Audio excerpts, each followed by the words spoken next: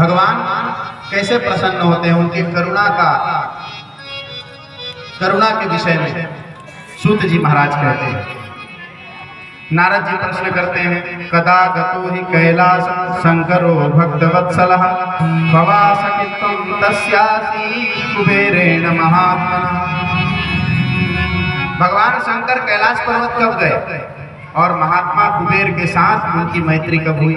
हमने सुना है कि कुबेर जी महाराज भगवान शिव के बड़े भक्त हैं, वो कुबेर कैसे बने? तो ब्रह्मा जी कहने लगे, हे नारद जी,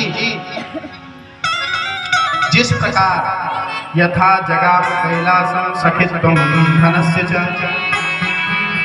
जैसे वह कैलाश पर गए वैसे ही कुबेर से मित्रता हुई। कुबेर कौन थे उसके बारे में कथा बता रहे हैं। आसीत् काम्पिल्य नगरे सोमयाजी कुलोद्भवः दीक्षितो यज्ञदत्ताख्यो यज्ञ विद्या विशारदः। एक काम्पिल्य नामक नगर था। उस काम्पिल्य नामक नगर में एक यज्ञदत्त नाम के ब्राह्मण रहते थे, बड़े याज्ञिक, बड़े महात्मा, ऐसे ब्राह्मण जो सदाचारी थे, हमेशा धर्म का पालन करने वाले, हमेशा अपने कार्य को करने वाले, सोमयाजी ब्राह्मण। सोमयाजी मतलब बड़े बड़े यज्ञों को कराने वाला। उस क्षेत्र में उनके जैसा ब्राह्मण कोई नहीं था, अखंड विद्वान ब्राह्मण। उनका एक पुत्र था, उसका नाम था गुणनिधि। यथा नाम तथा गुण नहीं था। नाम तो गुणनिधि था, पर सारे दुर्गुण उसमें विराजमान थे। अब पिताजी बहुत बड़े याज्ञिक थे, बहुत बड़े पूजा पाठ करने वाले थे, घर पे कोई कमी थी नहीं, सोने चांदी के बर्तन आते थे। जहां पिताजी यज्ञ करवाने गए वहां से खूब धन घर पे आता था। धन आता गया तो क्या करें, जुआ खेलना प्रारंभ कर दिया। और जब भी घर पर आते तो यह गुण निधि मिलता नहीं। तो उनकी जो माता थी वो जो है अपने पुत्र के गुणों दोषों को देखकर भी उसको नकारने के बजाय उस पर कोई अंकुश नहीं रखती थी। एक कथा मैंने पढ़ी थी, एक व्यक्ति था, जिस दिन मैं पहली बार विद्यालय से एक पेंसिल चुरा करके लाया था, उस दिन तुमने अगर मुझे एक थप्पड़ मार दिया होता तो आज मैं इतना बड़ा चोर नहीं बनता। तुम्हारी वजह से मैं चोर बना हूं। मैं तुम्हारा त्याग करता। माता का स्वभाव दयालु होता है, उसके अंदर दयालुता होनी चाहिए, परंतु समय समय पर बच्चों का अनुशासन देना भी आवश्यक है। गुणनिधि बिगड़ा हुआ बालक था, उसकी माता उस पर ध्यान नहीं देती थी और उसके दोषों पर पर्दा डालती थी। जब भी यज्ञदत्त घर पर आए, हाँ भाई हमारा पुत्र कहाँ है, कहे महाराज गुरुकुल गया है पढ़ने लिखने के लिए, बड़ा पढ़ता लिखता है आजकल। बोले अच्छा अच्छा पढ़ने दो। एक दिन क्या हुआ, यज्ञदत्त कहीं जा रहे थे, वहीं बीच में कुछ लोग जुआ खेल रहे थे। अब यज्ञदत्त की नजर एक जुआड़ी के उंगली पर पड़ी और देखा कि राजा साहब ने उनको यज्ञ करवाने के बदले वो मणिमय अमूल्य अंगूठी प्रदान की थी। और देखा तो सोचा कि हो सकता है इसने मेरे घर में रात में चोरी की होगी। जाकर के उसके गले को पकड़े और कहे, क्यों रे चोर, मेरी अंगूठी पहन करके तू यहाँ पर जुआ खेलता है? तो उस जुआरी ने कहा, महाराज दूसरे के गिरेबान पर हाथ लगाने से पहले अपने गिरेबान में पहले झांकिए। मैंने ये कोई चोरी करके नहीं लाया आपके घर से, आपका पुत्र रोज आता है यहाँ जुआ खेलने के लिए। ये अंगूठी उसने मेरे पास हारा है, वह हार करके गया है ये अंगूठी। और ये अंगूठी ही नहीं, उसने तो ना जाने कितने सारे सोने चांदी के बर्तन इसी तरह जुए में गंवा दिया है। आपको क्या लगता है आपका बेटा जो गुण निधि है वो बहुत बड़ा गुणवान है? एक नंबर का जुआरी है आपका बच्चा। जाकर के अपने पुत्र को संभालिए, दूसरे को गाली देने से कोई फायदा नहीं होगा। अब यज्ञ दत्त जो पूरे नगर में सबसे ज्यादा सम्मानित था, उस व्यक्ति को इतना बड़ा अपमान सहा नहीं गया, हृदय फट गया। वहीं से अपने मुख पर अपना दुपट्टा डाल मुख छुपा करके रोते हुए अपने घर को गया। क्रोधित होकर के कहने लगा, देवी बाहर निकलो। पिछले महीने राजा साहब के यहाँ गया था, वहां एक अंगूठी मिली थी, वो लाओ अभी मुझे पहनना है। उससे पहले एक जगह मैं गया था, सोने की झाड़ी मिली थी, उसको ले आओ। एक सोने का पात्र मुझे मिला था, वो सब दिखाओ आज। वहां करके खड़ी हो गई। अरे स्वामी अभी इतना क्या जल्दी है, बैठिए थोड़ा देर। नहीं नहीं अभी दिखाओ, अभी चाहिए।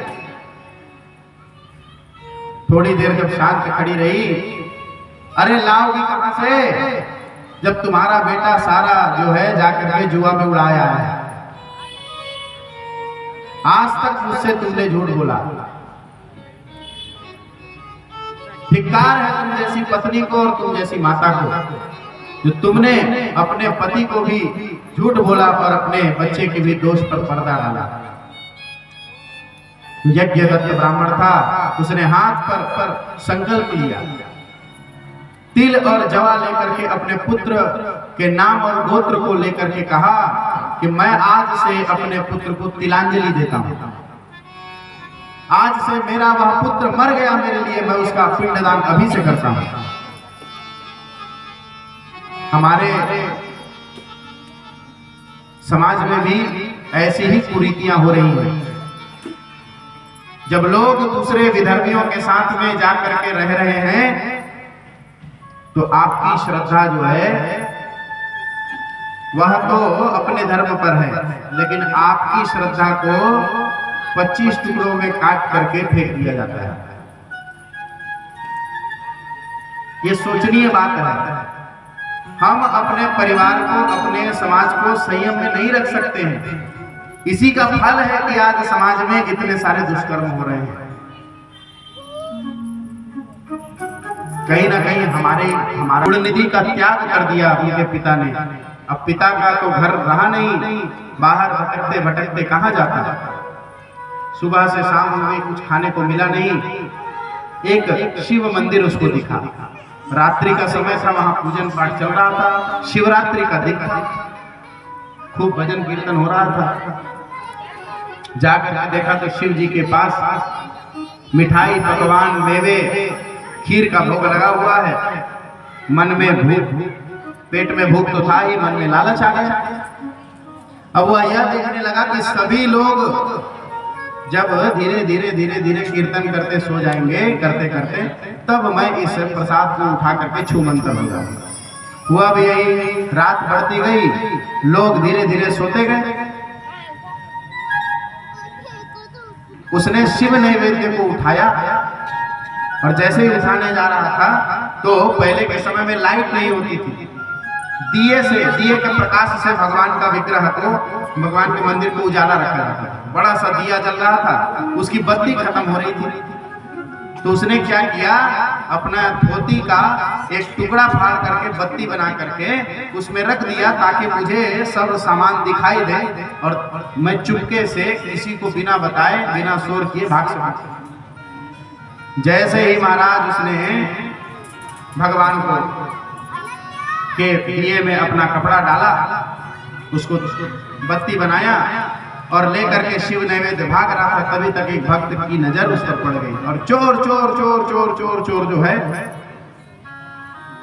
कह करके उसके पीछे दौड़ने लगे। बहुत भीड़ थी, इतना मारा इतना मारा इतना मारा कि बेचारा भीड़ के मारने से मरे। शरीर पर कोई बहुत बल तो था नहीं, दुराचारी व्यक्ति था। मर कर गया, तब यमलोक के यमदूत आए, उसको ले जाने लगे तब तक शिवदूत आए, कहे महाराज ये सबसे बड़ा पुण्यात्मा है, इसको शिव जी ने बुलाया है। बोले क्यों?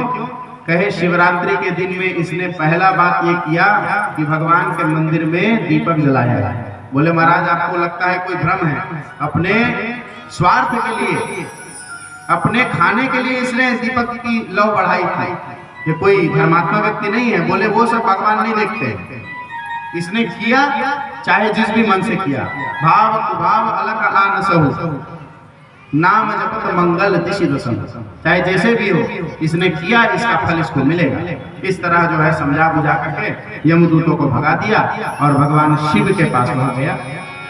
अगला जन्म उसका एक राजा के घर में हुआ, वह उत्कल माने उड़ीसा का राजा था, और उसने अपने राज्य में ढिंढोरा पिटवा दिया कि जो व्यक्ति भगवान शिव को दीपक नहीं जलाएगा उसको मृत्यु दंड दिया जाएगा। उसने भगवान के मंदिर में इतने दीपदान करवाए और खुद भी दीपदान किया, भगवान की इतना पूजा किया कि अगले जन्म में वह यक्षराज बना, भगवान के पास रहने लगा। एक दिन क्या हुआ, भगवान के चरणों पर बैठा हुआ था और पार्वती माता उनके वामांग पर विराजमान थी भगवान शिव के। तो ऐसे कुदृष्टि से उनको देखने लगा, ये सोचने लगा कि इसने क्या पुण्य किए होंगे कि भगवान के बगल में बैठने के अधिकारी है और मैं चरणों पर बैठ रहा हूं। अक्सर ऐसा हो जाता है भगवान के मंदिरों में भी, अगर एक सेवक जिस आंख से भगवती को देख रहा था तो भगवती के तेज से उसका एक आंख फूट गया। भगवान से प्रश्न करने लगे, महाराज मेरा आंख क्यों फूटा? भगवान ने कहा तुमने इनको कुदृष्टि से देखा है, यह मेरी अर्धांगिनी है, मेरे और इनमें कोई भेद नहीं है, शिव और शक्ति में कोई भेद नहीं है, तुमने मुझसे ही पैर किया, इसीलिए जिस दृष्टि से देखा तो वह आंख फूट गई। माता पार्वती से वह क्षमा याचना करने लगा कि हे जगत जननी, मैं आपके माया से मोहित हो गया था, मैं आपको नहीं जानता था। तो भगवती ने कहा कि तुमने माने कुदृष्टि से मुझको देखा, मेरे प्रतिमा, बेर माने प्रतिमा और कुदृष्टि का कु, तो बोले आज से नाम तुम्हारा क्या हो जाएगा? कुबेर। बोलिए कुबेर भगवान की। कुदृष्टि से देखने के कारण तुम्हारा कुबेर नाम होगा, लेकिन शिव भक्ति के कारण तुम धन के देवता कहलाओगे। बोलिए भक्त वत्सल भगवान की। इससे क्या सुनने समझने को मिलता है?